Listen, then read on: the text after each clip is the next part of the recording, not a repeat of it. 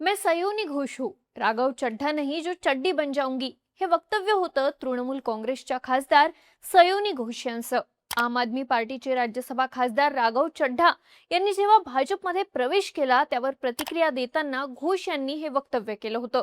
सयोनी घोष म्हणजे तृणमूल काँग्रेसच्या poster girl.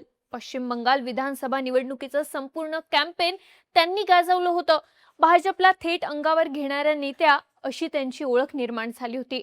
पण निवडणुकीचा निकाल लागला आणि सयोनी घोष यांनी ममता बॅनर्जींची साथ सोडली.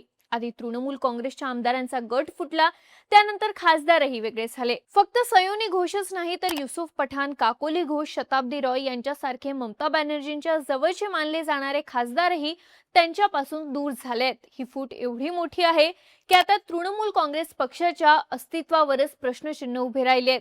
या सर्व घडामोडींमध्ये तृणमूलच्या एका नेत्याचं नाव कॉमन आहे. पक्षातून बाहेर पडणारा प्रत्येक जण या परिस्थितीसाठी या नेत्याला जबाबदार धरतोय.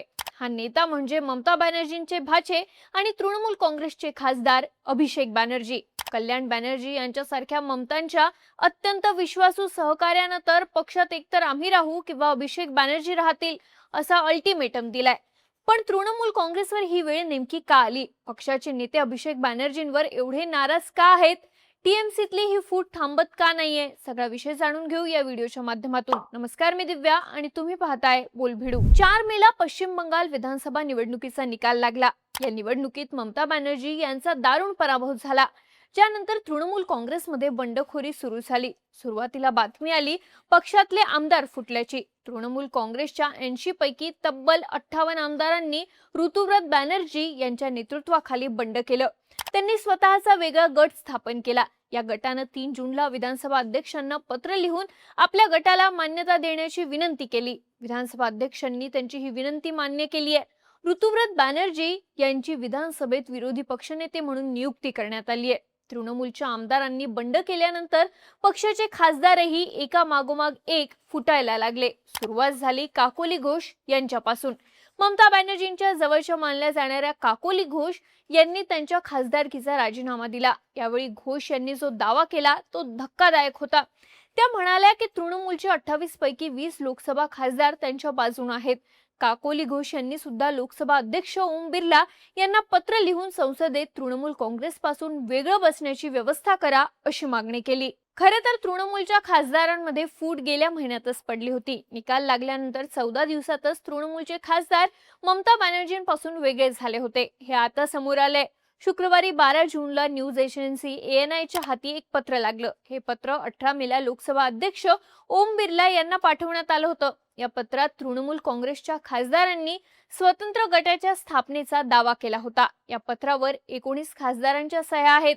यामध्ये सयोनी घोष, युसुफ पठाण, काकोली घोष, शताब्दी रॉय यांच्यासारख्या प्रमुख खासदारांचा समावेश आहे.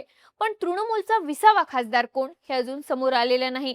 इथे 20 खासदारांचा आकडा महत्वाचा आहे, कारण पक्ष बदल विरोधी कायद्यानुसार एखाद्या पक्षातून बाहेर पडणाऱ्या गटाला तेव्हाच मान्यता मिळते जेव्हा त्या गटाला पक्षाच्या किमान 2/3 आमदार किंवा खासदारांचा पाठिंबा असतो. विधानसभेत टीएमसीचे 80 पैकी 58 आमदार वेगळे झालेत. याचा अर्थ बंडखोर गटाकडे 2/3 सदस्यांचा पाठिंबा आहे. लोकसभेत 28 पैकी 19 ते 20 खासदारांनी बंड केलंय, म्हणजे इथेही बंडखोर गटाकडे 2/3 बहुमत आहे. हे 2/3 आमदार आणि खासदार स्वतःचं पद वाचवून एकतर दुसऱ्या पक्षात विलीन होऊ शकतात किंवा स्वतंत्र गट स्थापन करून त्याला मान्यता मागू शकतात. याबाबतचा अंतिम निर्णय विधानसभा अध्यक्ष, लोकसभा अध्यक्ष किंवा राज्यसभेचे सभापती घेतात. पण ममता बॅनर्जी याला न्यायालयातही आव्हान देऊ शकतात, जे शिवसेना आणि राष्ट्रवादी काँग्रेसच्या बाबतीत झालंय. आता महत्वाचा प्रश्न म्हणजे हे सगळं कशामुळे घडतंय? पश्चिम बंगालमध्ये सलग 15 वर्ष सत्तेत राहिलेली तृणमूल काँग्रेस पराभव झाल्यानंतर एका महिन्याच्या आत कशी फुटली? यामागची कारणं काय सांगितली जात आहेत? तर तृणमूल काँग्रेसच्या सर्व नेत्यांनी या फुटीसाठी पक्षाचे खासदार अभिषेक बॅनर्जी यांना जबाबदार धरलंय. आमदार ऋतुव्रत बॅनर्जी यांनी बंडाच्या वेळी अभिषेक बॅनर्जी यांचा उल्लेख केला होता. ते म्हणाले की निवडणुकीतल्या तृणमूल काँग्रेसच्या पराभवासाठी अभिषेक बॅनर्जी जबाबदार आहेत. अलीकडेच तृणमूल काँग्रेसमधून बाहेर करण्यात आलेले पक्षाचे प्रवक्ते रिजू दत्ता यांनी सुद्धा अभिषेक बॅनर्जी यांना दोष दिला. ते म्हणाले की अभिषेक बॅनर्जी यांची नगरसेवक बनण्याची ही पात्रता नाही. ममता बॅनर्जी या धृतराष्ट्र बनल्या आहेत. त्यांनी स्वतः घाम गाळून जो पक्ष उभा केला तो सगळा पक्ष एका व्यक्तीने उद्ध्वस्त केला. आजवर ममता बॅनर्जींचं नाव कोणत्याही घोटाळ्यात किंवा भ्रष्टाचाराच्या प्रकरणात आलं नाही. पण या उलट अभिषेक बॅनर्जीच्या मागे ईडी, सीबीआय, सीआयडी सगळे लागलेत. त्यांच्यामुळे सुवेंदू अधिकारी यांच्यासारखे नेते पक्ष सोडून गेले असा आरोप रिजू दत्ता यांनी केलाय. कल्याण बॅनर्जी हे ममता बॅनर्जी यांच्या अत्यंत जवळचे नेते मानले जातात. मूळचे वकील असलेले कल्याण बॅनर्जी हे तृणमूल काँग्रेसच्या सर्व कायदेशीर केसेस लढतात. अलीकडेच ते कोर्टात अभिषेक बॅनर्जी यांच्या बाजूने केस लढत होते. पण आता ते सुद्धा ममता बॅनर्जी यांच्यापासून वेगळं होण्याची भाषा करतायत. त्यांनी अभिषेक बॅनर्जी यांची केस लढण्यासही नकार दिलाय. कल्याण बॅनर्जी म्हणाले की जर ममता दीदींनी अभिषेक बॅनर्जींची निवड केली तर मी पक्षात राहणार नाही. मी दीदींच्या पाठीशी उभा आहे. पण आता त्यांना ठरवायचंय, एकतर अभिषेक बॅनर्जी पक्षात राहतील नाहीतर मी, असा अल्टिमेटम कल्याण बॅनर्जी यांनी दिलेला आहे. खरं तर अभिषेक बॅनर्जी यांच्या विरुद्ध तृणमूलच्या नेत्यांची नाराजी काय आजची नाहीये.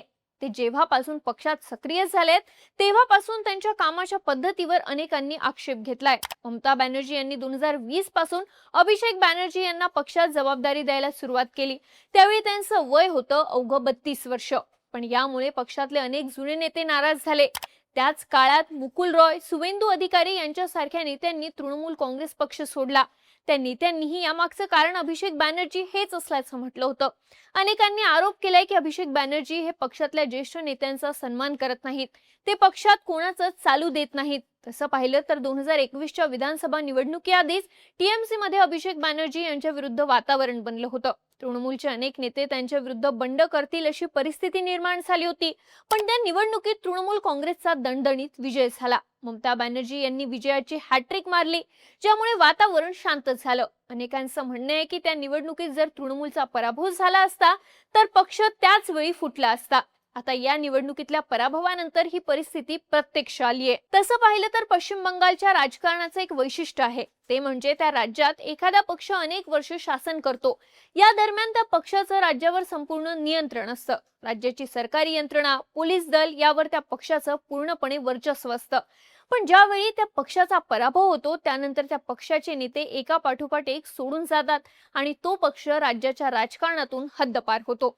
बंगालमध्ये 1977 साली कम्युनिस्ट पार्टीची सत्ता आली होती. त्याआधी राज्यात काँग्रेस पक्ष सत्तेत होता. पण काँग्रेसची सत्ता गेल्यानंतर अनेक नेत्यांनी कम्युनिस्ट पार्टीत प्रवेश केला.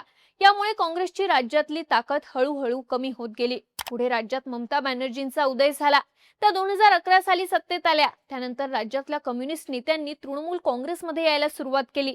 आता बंड करणारे ऋतुव्रत बॅनर्जी हे त्यापैकीच एक होते.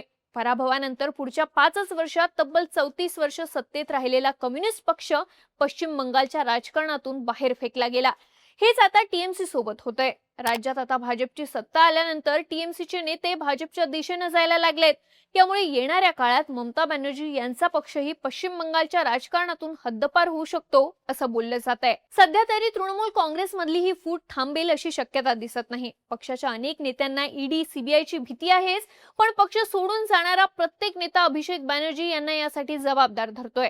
महत्वाचं म्हणजे कल्याण बॅनर्जी यांच्यासारखे नेते ज्यांनी अत्यंत कठीण परिस्थितीतही ममता बॅनर्जींची साथ सोडली नाही, ते सुद्धा आता अभिषेक बॅनर्जी यांना दोष देत आहेत. पण असं असलं तरी ममता बॅनर्जी या अभिषेक बॅनर्जी यांना पक्षातून बाजूला करतील ही शक्यता अजिबात नाही. अभिषेक बॅनर्जी हे काहीही झालं तरी तृणमूल काँग्रेसमध्येच राहतील.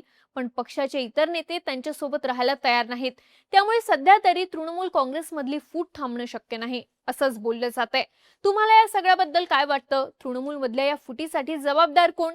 तुमची मतं आणि प्रतिक्रिया आम्हाला कमेंट करून नक्की सांगा आणि राजकीय घडामोडी विस्ताराने पाहण्यासाठी बोलबिडूच्या YouTube चॅनलला सबस्क्राईब करायला विसरू नका.